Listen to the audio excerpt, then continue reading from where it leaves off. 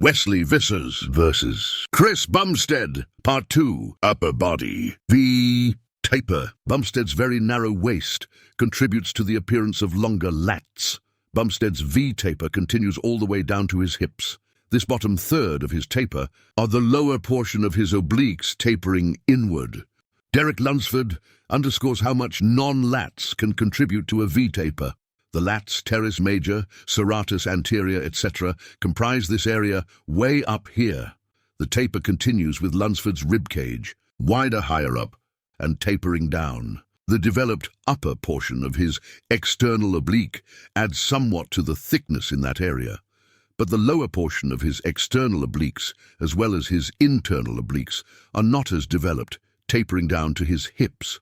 Many bodybuilders today are not developing the lower portion of their obliques to the extent of Frank Zane and others from his era. Which leads us to Wesley Vissers. Vissers' lats appear high, C-Bum's don't. Compare Vissers and Bumstead's back double biceps.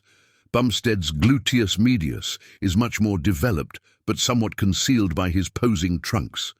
In this back shot, Bumstead's higher trunk's delineation shortens the apparent distance between the iliac crest and the lower lats. Vissers' gluteus medius appear underdeveloped compared to Bumstead's, and on bodybuilders with softer or less delineated gluteus medius, people tend to perceive the posing trunk line instead of the iliac crest as the visual marker indicating the separation between the upper and lower body.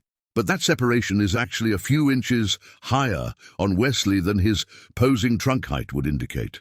So, in a backshot, Vissers' lower lats are pretty much the same distance as Bumstead's are from his iliac crest, but without more gluteus medius development and/or higher trunks. This whole area on Vissers looks like a long, underdeveloped lower back, but there's more as lower lats and upper body continue in Part 3.